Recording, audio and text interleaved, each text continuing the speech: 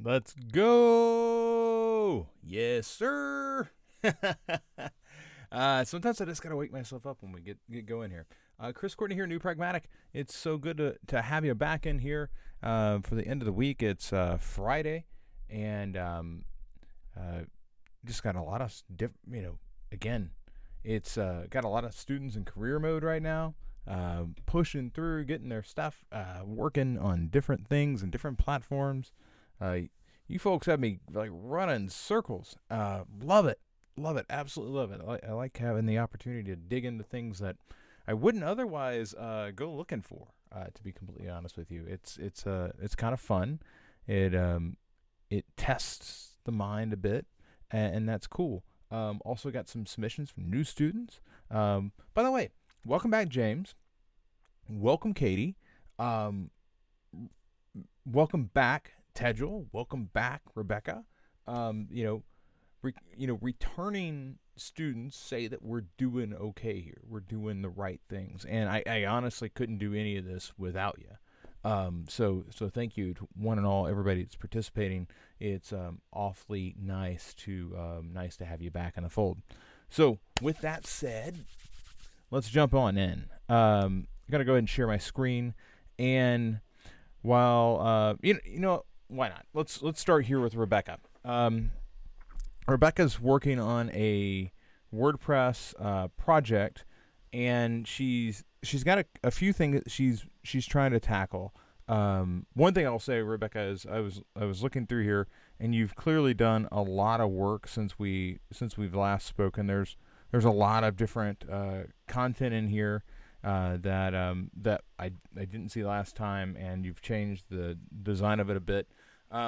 It is a little hard to follow from afar because there are some things that have shifted around. I'm just like, I I don't necessarily know how to address that question because I'm not quite sure what design you're trying to follow. Because this is beginning to look really different than the design that you were targeting initially. And we're getting into other areas of the page that aren't in the wireframes. And that's sometimes honestly like what it's like working with a client. Um, you know, I've had this question come over about doing freelance work, and how do you properly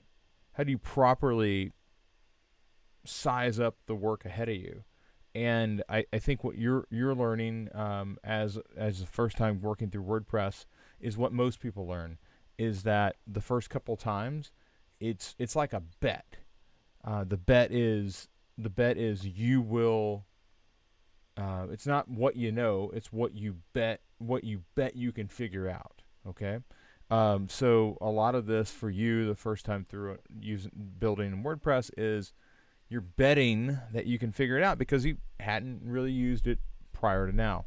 So with that said, I want to jump in. You had a couple of questions that were interesting, and this is where we're constantly threading this pro not pro thing, and I got to be honest with you, Elementor locks down so much of their platform from you really being able to do what you need to do, um, that going pro, they basically force your hand to go pro. Um, and going pro, for anybody who's not using WordPress, going pro basically means that they've built out a lot of the things that you would not normally have to use like these short codes for. Short codes are fine. There's nothing wrong with them. But it can be a little off-putting while you're designing a WordPress site. So the first thing that you had was you were trying to get a contact form in here, basically down here somewhere. And of course, you can do that really quickly with Elementor Pro, as you probably noticed. And I was a little like when I came in here, and I was like, okay, well, how is she going to do this? I first went to, I just went down here to the sections here, and I thought for a second that like you wouldn't be able to do it because in the blocks, all the all the contact forms are showing up as pro. So like you get down here to the bottom, and it didn't look like there were any contact forms. Although, yeah, contact us, book a reservation, all this stuff is like pro. Although there was like a contact form at the bottom of that, but of course it is also pro. So I was worried immediately in looking at this, like, I think this is another situation where you got to go pro if you want like a contact form, because like contact, all that stuff is just locked down. However, after doing a little bit of research, this is where the short codes come back in, and you had luckily gone through and created a contact form. You've done that bit of the work, so kudos for you. But this contact form, this is something that, you know, a few years ago when I was working in WordPress, this was pretty common. You just take the short code, you paste it into a text widget. So it says paste into your post page or text widget content. So what we're going to do is we're going to come over to Elementor. I'm going to get rid of that. I'm going to instead go to here, and I'm going to get a text editor. I'm just going to drag it in. And in that text editor, I'm going to paste in the shortcode. And that doesn't look like much, to be completely honest with you.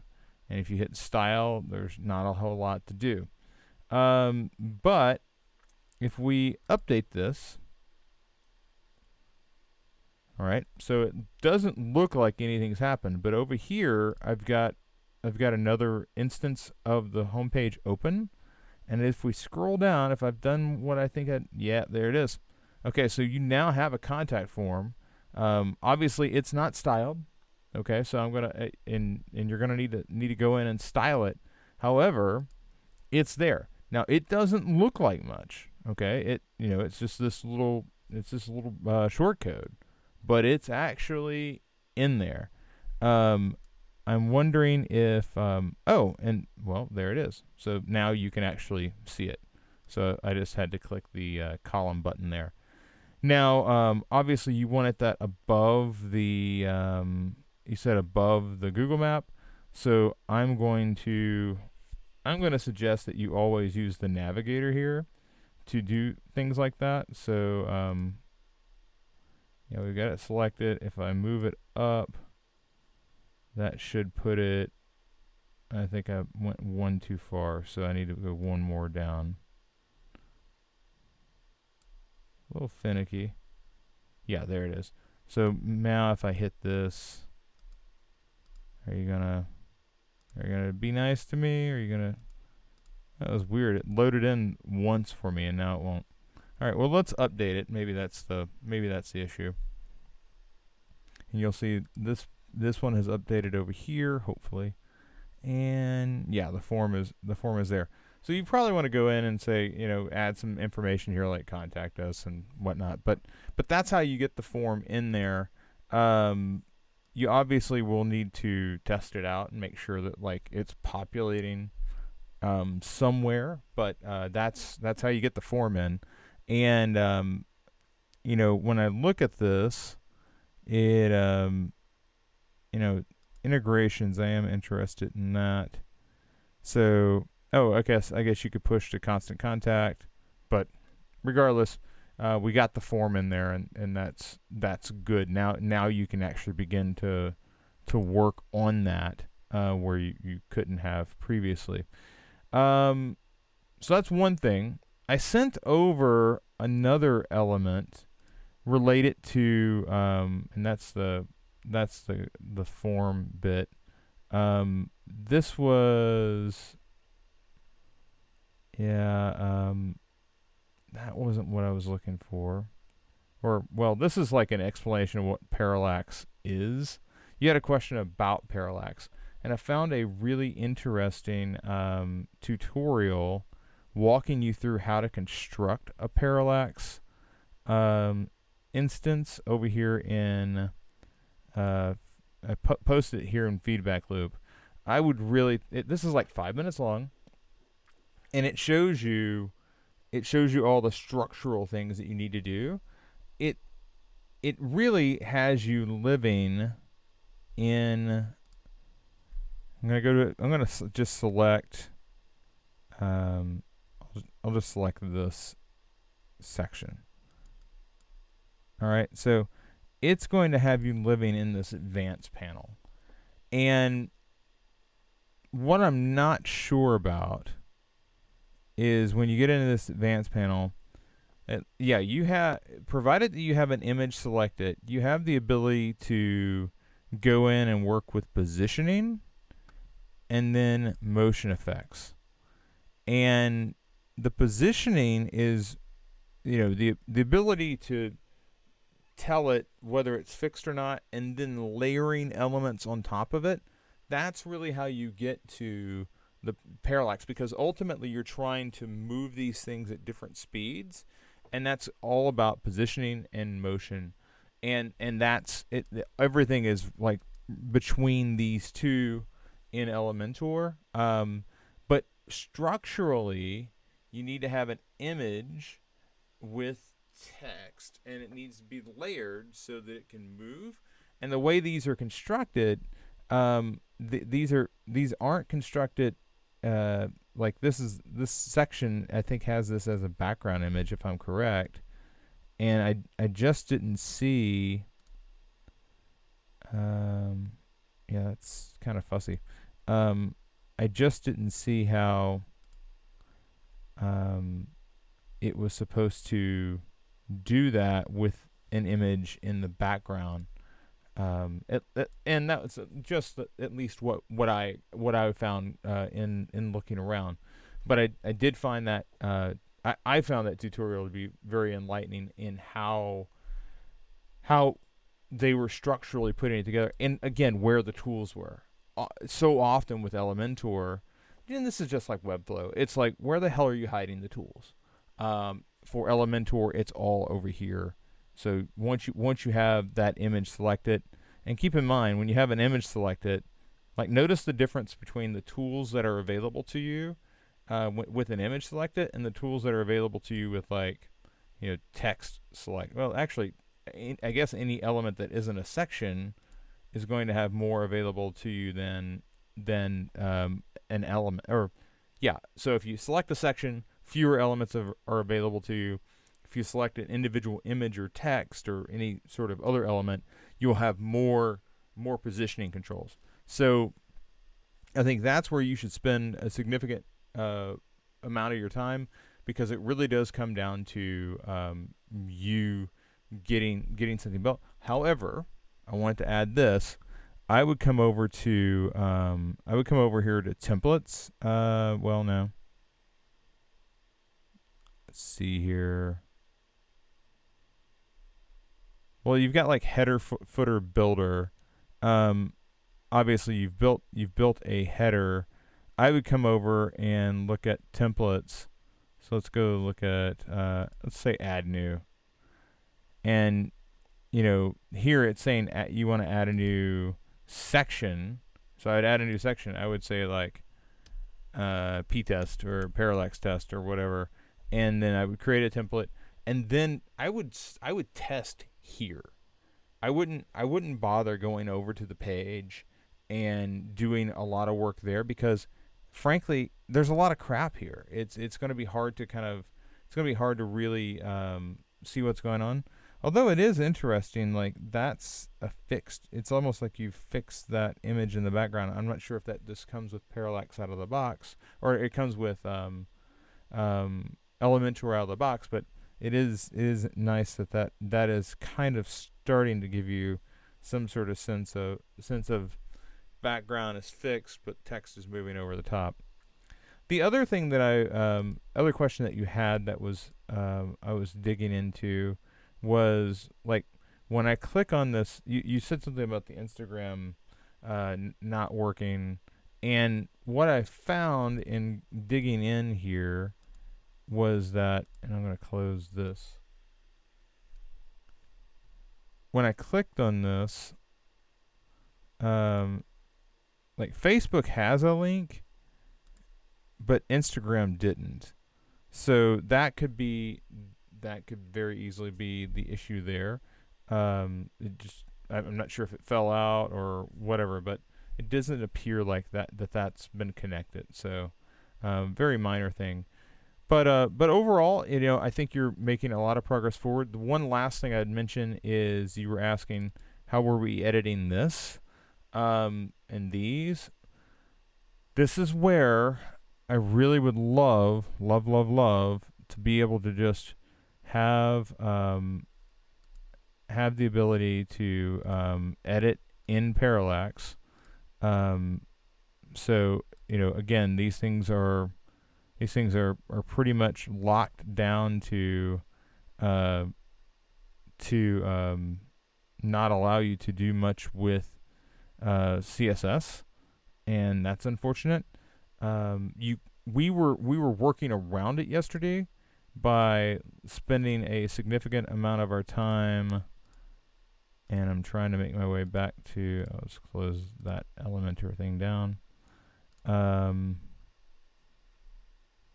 let's just go back to the dashboard. We were over here in customize.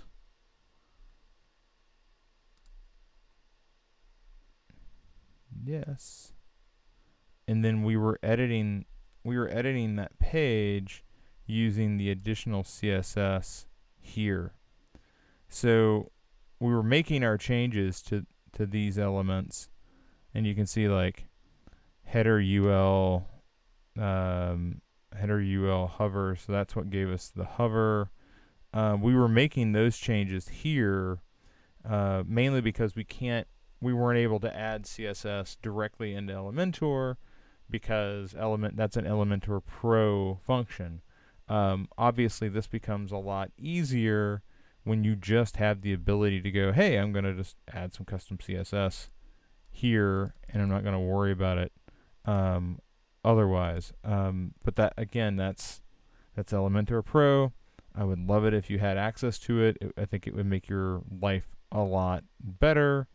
But without having that, you're going to need to jump over and kind of do the back and forth thing with regard to getting this sized up. And, I think it will, yeah. So, I mean, the good news here is, like, some of the changes that you make can be pretty quick and they'll update right away. Other changes, you have to, and the other thing is you have to always remember to publish and update, and that's something that I've been personally bitten in the butt about over time. So I know you've got a lot of work ahead of you, but I do know that we've got you the tools necessary to get moving forward. I just want to make sure that where did the form go? It's like the form blew away. Let's refresh this because I want to make sure that is in there before we leave. And it is. Okay. But there's some work to do on the form. I'm not sure about the spacing and whatnot. It's got it going full width, and you clearly don't need that. And again, you get forms with Elementor Pro, so it's like, do I do the fussy widget thing, or do we just update the Elementor Pro, and that gives me the ability to pull in some of the pre-made options? That's really a discussion between you and your client. And moving forward, if you have a client, you can do this one of two ways. You can either bake in the cost of that and say, yeah, it's X number of dollars, and just have in your head, yeah, that's part of that is I have to buy Elementor Pro and connect it to their account. Another part of it is, you could just itemize it and say, and this is another line item for what we need for your site. Okay? So that said, I'm going to move forward. Tejal has some questions here. She's working on her portfolio, and she says trying to add padding to .change grid for rethinking video section, but it's not working. So we'll look at that. Davey Award image, how do I make it larger? Do I have the export without... I do have the export without padding. Okay, so we'll look at that. Image, the Maori chief, same height as video, okay? And then new HTML through terminal. Okay, let's jump in here. Just watching the channel, making sure yeah, looks like everybody's doing well this morning. See a few of you floating around in there. Friday mornings, it's funny. Friday mornings, everybody pushes their work in and then they go to work. So it's nice to have you all trying to make a push right before the weekend. Tedgel, again, thank you so much for renewing. Hugely appreciate it. So first things first. So you've got Bergen HTML, and you've got let's see here. It looks like, did you just I want to check this out. Get status. Untracked files to be included and what will be committed. That's interesting. Get stash. I'm stashing that away.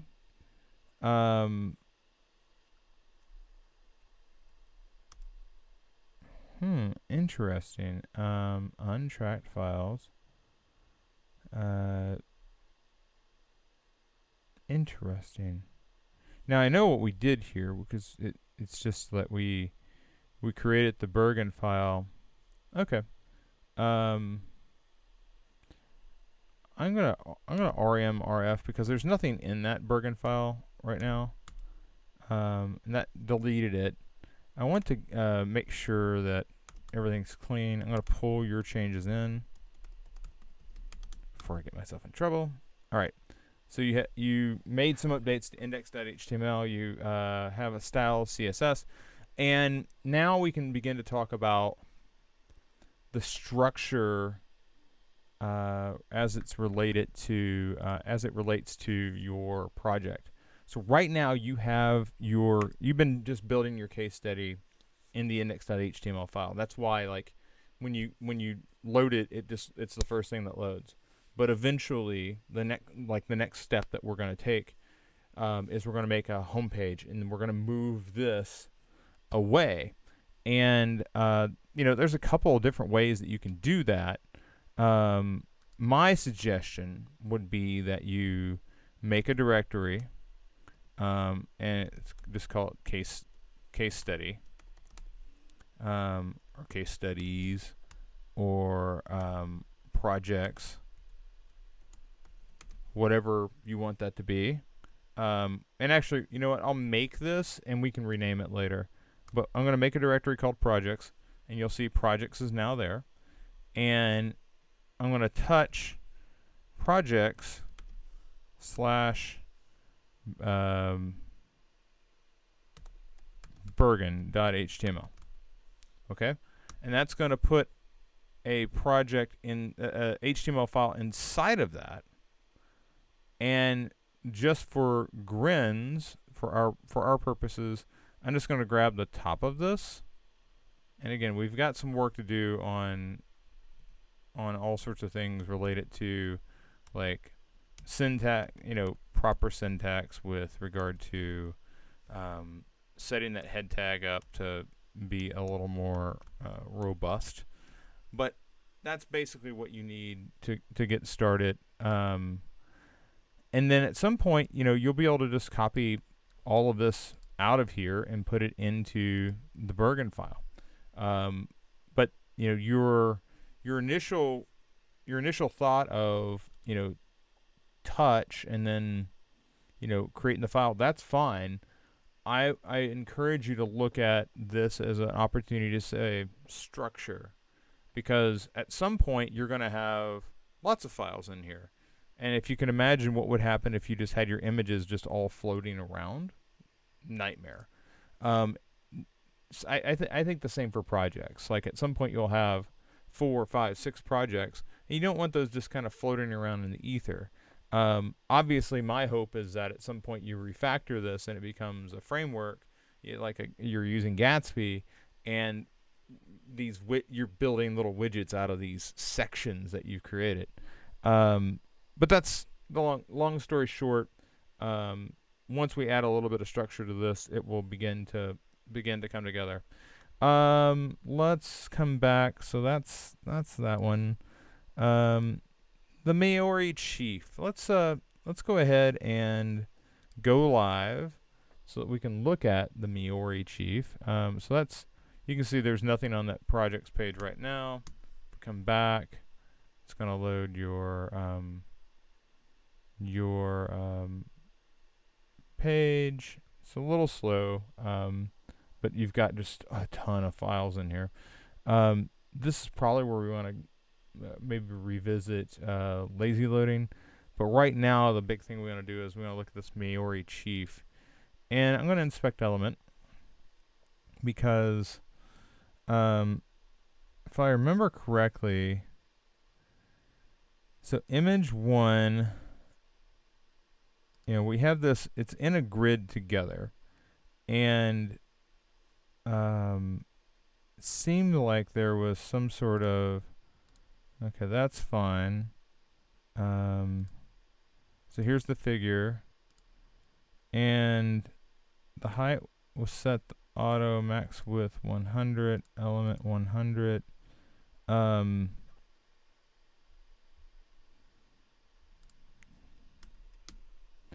Now that stretches it, obviously. This is something that we kind of hinted at, possibly using it as a background element for the div, to allow it to, just 100 vertical height. That makes it huge. That's not what we want. But proportionally, it's basically saying I'm as wide as the box, and the box isn't as wide as that. So if we flip this around and basically said, okay, so looks like we got somebody, yes. If we flip this around, I see you got fig caption there, and for some reason fig caption moved outside. I'm not sure why fig caption moved outside. I believe this is in, so this is in a container, and this is inside of a grid, and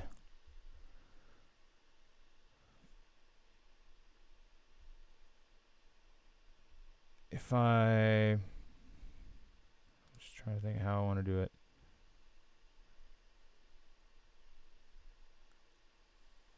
I'll come back in.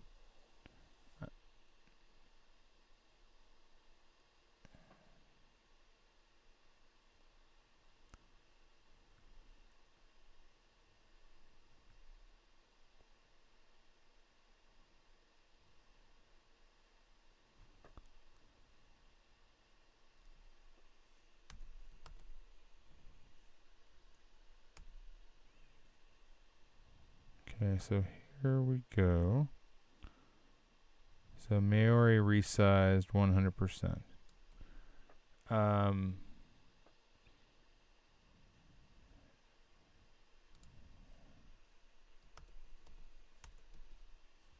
going to put this on Chief. And on Chief,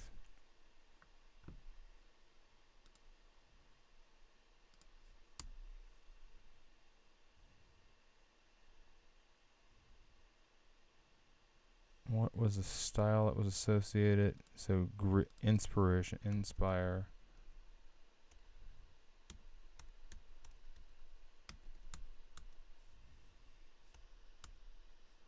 So there's inspiration grid. This is where I'm going to say .chief.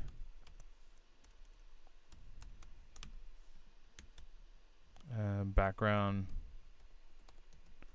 image URL. That's not what I wanted.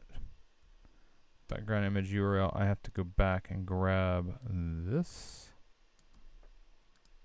put that in there. I'm going to note that image out. Let's go through and see what we get. Okay, that loads.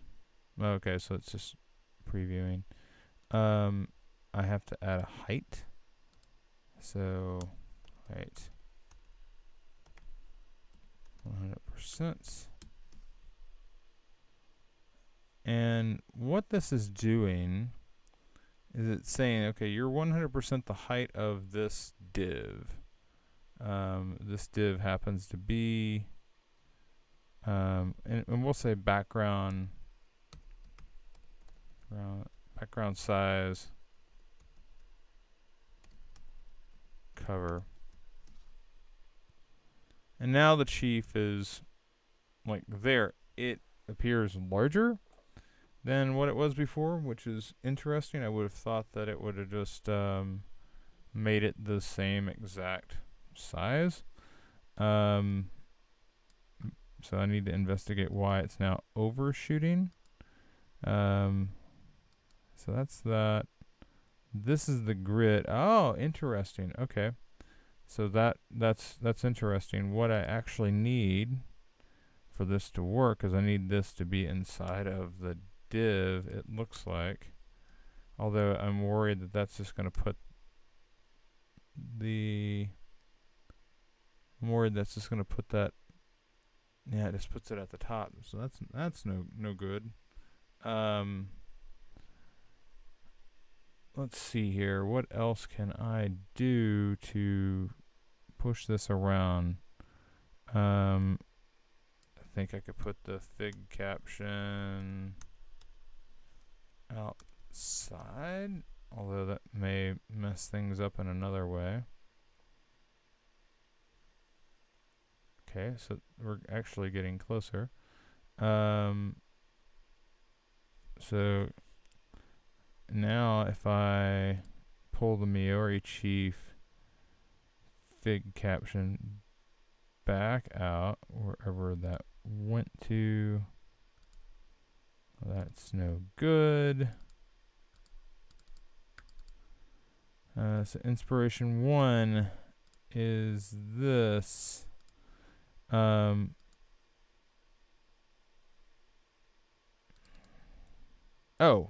I'm sorry, I'm not in my code editor. No wonder it's moving around all weird. So I'm going to pull this back out. Put this down here. Save it. So the Maori Chief is there. Now that's there. Okay, this is what I'm trying to get to.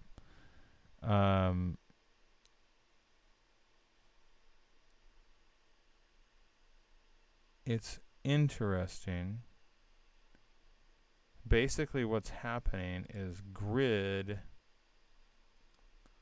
is wanting me to have Chief and the caption together. And 2 is... Okay, so if I move this back inside now, that should lock it together. And yet it doesn't quite.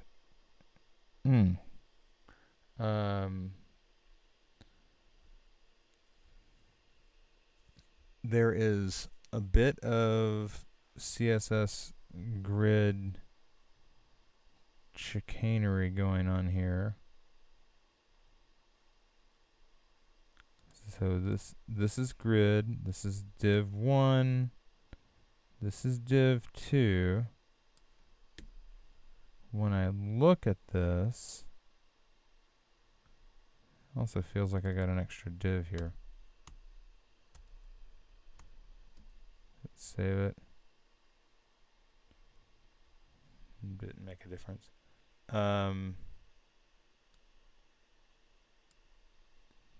Okay, so we had it at the size that we wanted it.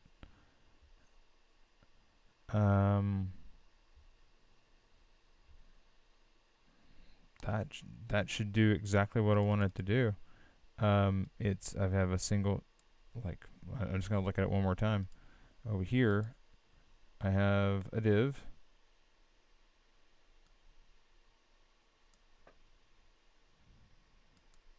Here's the grid. Oh, interesting. Okay, so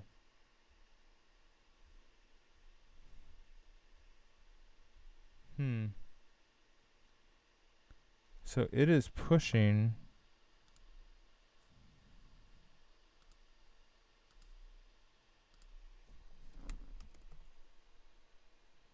Yeah, the height's not gonna work there. The width isn't gonna work there. I have to have the height because it's a background element. I mean, yeah, I could do some futzy stuff like that, but that's not going to. Now it's like ever so slightly off.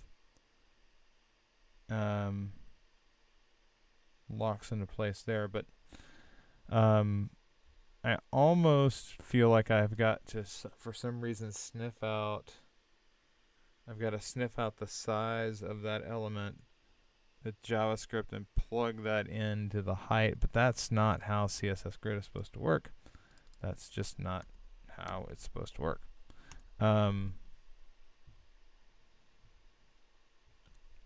So I've got an issue because this doesn't add up to. Well, that's 100%. I mean, of course, it makes sense. It makes sense that it's so I've made the div 100% of the height of the section that it's in, but I can make this better. All right, so I have to do this grid template area. And if I did this with grid template area, what that would allow me to do is basically say,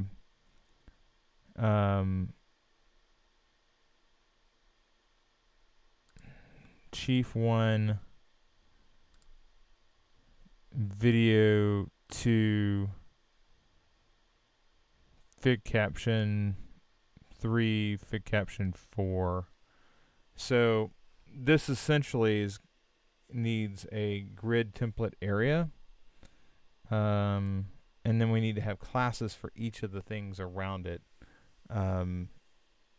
So, and then, you have display grid already here, so this becomes grid template.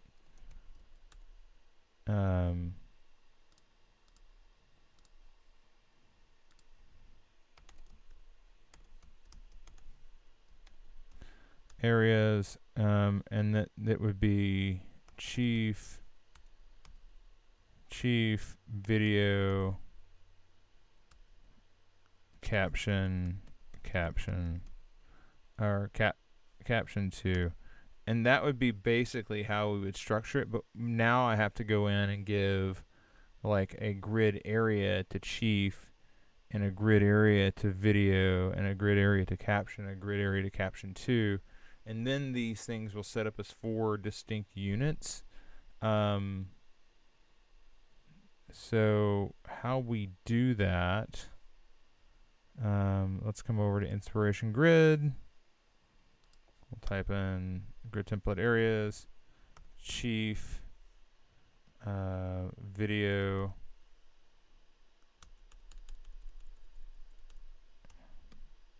cap 2, save it. Now chief gets a grid area of chief, and I'm going to refresh this. Now the video, I've got to find that really quickly back here in the HTML. So you get a class of video responsive. I'm going to guess that I could probably just target that. Although now that I see video responsive, I'm now curious if there's something about the sizing there. Margin bottom 10, possibly. Let's see. let's no, that's hero unit, Chris. That's not the one. Video responsive overflow hidden. Padding bottom. Could be part of my issue. But we're gonna get rid of that. Oh yeah, this is because it's responsive in the video. Yeah, okay.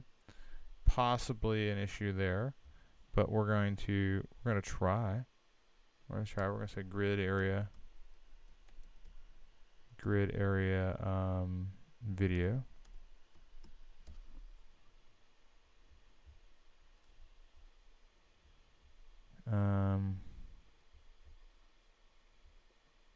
Or does that need to be grid area? It's tough because it's structurally it's not supposed to be it doesn't want to pay attention to any of that stuff. It wants to pay attention to this. So it's like I got to restructure the thing.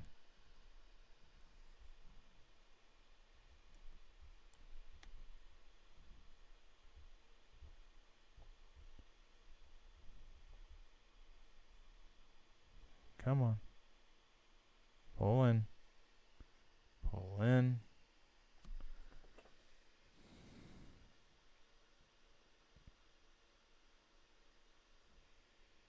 I don't know where it went.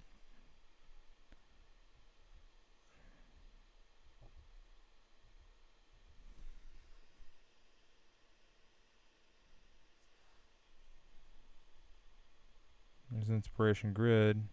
Oh, is Chief like showing up somewhere else now?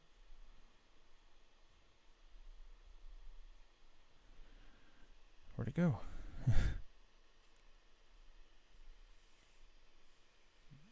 It's like it magically went away.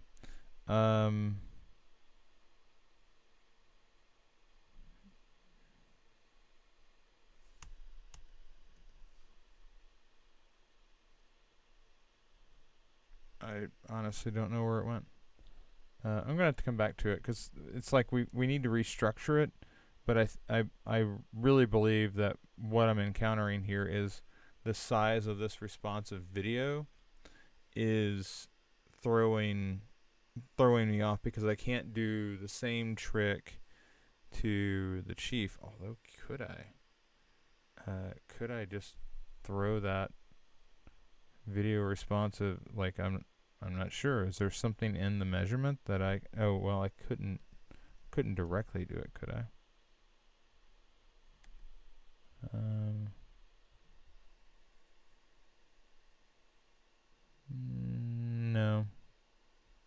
No, it isn't like that. So I'm gonna come back to that. It's because it's a video and it's an image, and there's a series of responsive video elements that like this has absolute on it. It's gonna size weird by comparison. I can't just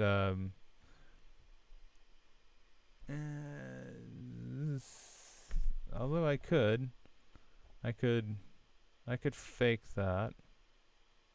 Yeah, I want to come back to it because I need to play around structurally with these. This is kind of a unique situation, and it's because of the iframe. But I wasn't anticipating that this was an absolute positioned element inside of another element. That's why it's not really going 100% of the height. So sorry about that. That was a really long-winded way of falling flat on my beak. Let's get rid of that grid template area thing though, because that's not helping anybody. Save it. All right. Let's move on. Davy Award. Okay, so you got the Davy Award thing. And where is it? So here's the Davy Award. All right, so I mean, first thing is I got to get rid of that big, or that, you said there was another name that you had saved it under, or you had a different You had a different image. Davy Award PNG. So let's just go to find Davy.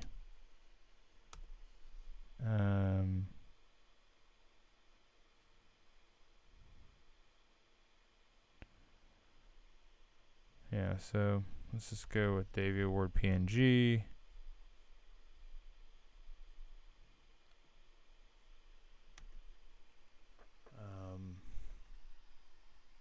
Really? Is it not any different in size? That seems weird.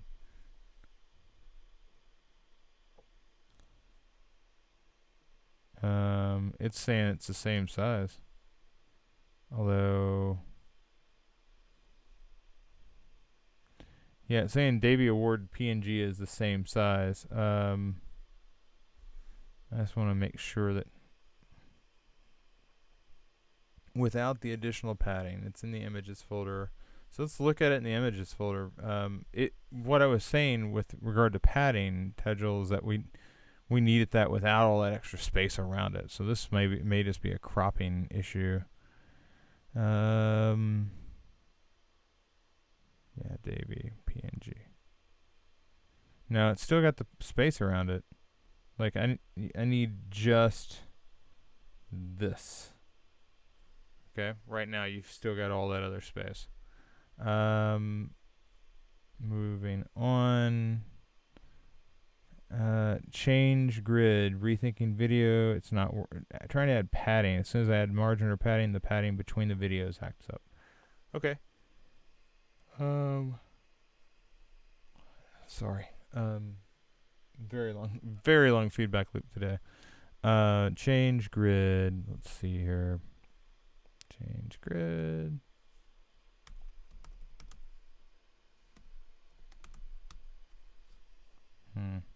Where the hell is it? Dot change. Am I in the right file?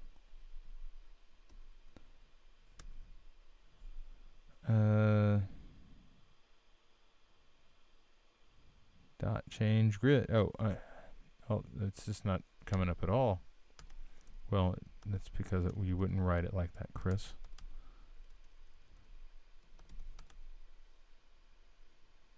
Okay, so there's change grid. Change grid 2D to 3D.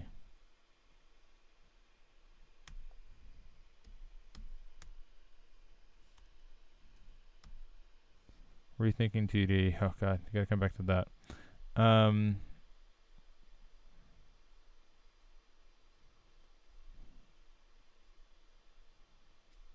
don't see it.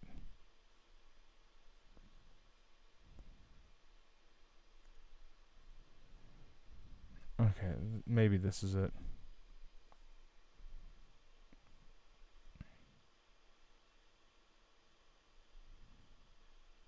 Well, no, that's rethinking 2D.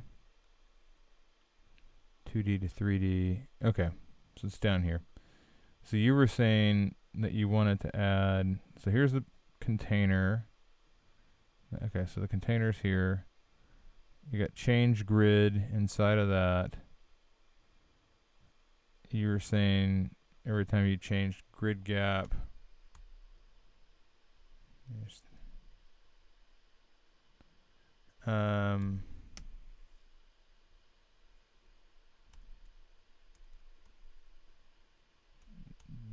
Yeah.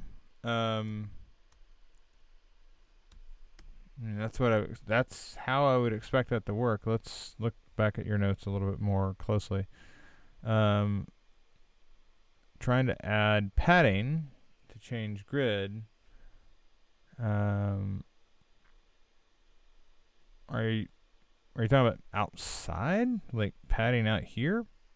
I guess I'm unsure as to where the padding would go. Maybe I'll just say padding 10 or padding 30 pixels.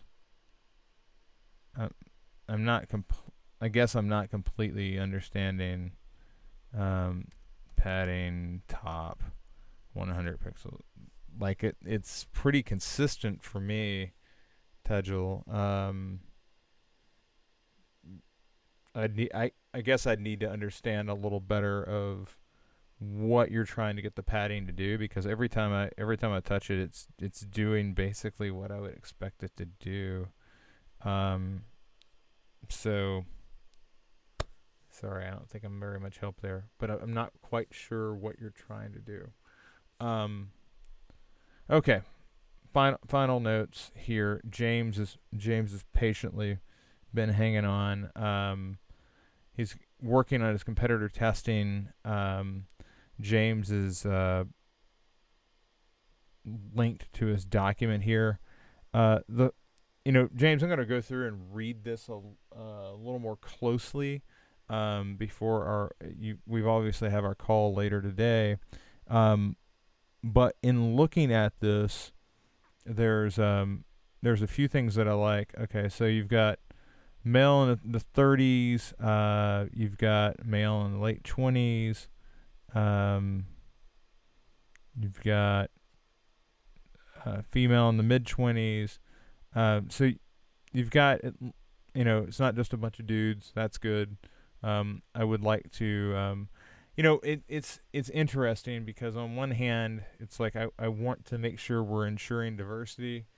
On the other hand, I really want to focus on behavior. And I do think that you have, when you're doing competitor testing, it's important to test with people who have actually used the products. Okay. But the moment you get into user interviews, I definitely want you to be interviewing people that have not used the product, or any of the products. That's going to naturally change your demographic typically, because behavior is an indicator of demographics. It just is. But it's a way to get at demographics without saying, "Are you black or white?" Because I don't really care if they're black or white. I care if they use a product or if they don't use a product. And typically, that, oddly enough, correlates to whether they are Asian or Latino or black or white. Um, and I want to talk to those people about who they are and what they do rather than what they look like. So I think you're heading in the right direction here, but I am going to push you to test a different behavior pattern when you get beyond just the competitor testing. Um, I like the fact that your test, like, it's very clear that you are in the right wheelhouse for this project. Your test was Instacart and Blue Apron, DoorDash, HelloFresh. Those are things that. Also, you had an amateur MMA fighter in your list, which, hey, they're going to be really crazy about their food, and Northwest Fit Meals, I betcha, has never been covered by a student in this program. And that's something that you're uncovering because you're talking to people who are super into this, and they probably got some little niche thing that they use that you should be aware of, particularly if you're building a service. So you know, I'm just looking through here. It says Justin also expressed frustrations about the usability of the service. Orders are done through user submitted form, and you can't see photos of the recipes without reaching out and asking them. And it's because that's a small ball, local shop. That's not a big company. Justin wants, like, something that's highly tailored to them, but you could take that, you could snatch that customer right away. I guarantee it. If you could offer a service that gave them close to the same nutritional value, but they could see what they were ordering, like, bye, James is waving and often in using your product instead. So again, I'm going to take a closer look, but the important thing when you're doing competitor testing is you definitely want to be, on one hand, testing competitors that are in your vicinity. On the other hand, you want to allow your testers to take you where they go, and when they do, they typically will track to something that you've never heard of before, like what Justin did. Justin went to a site that probably wasn't on anybody's radar, and now suddenly we all know more about Northwestern Fit Meals or whatever it was. So again, I'm going to go back and read through this closer, but you're on the right track. And I definitely think that anytime you hear about those frustrations from a user when they're testing the committer, your opportunity ears should go up on those moments. All right, ladies and gentlemen, it's been great. Feedback loop. Rebecca, I got a lot of stuff for you. Tejal, got a lot of stuff for you. Both of you, I have little windows of I'm not quite sure if we got to it because I have questions about what you're struggling with because I don't have a firm grasp on what it is you're trying to do. But by and large, great feedback loop today. I look forward to seeing you all again on Monday. Take care.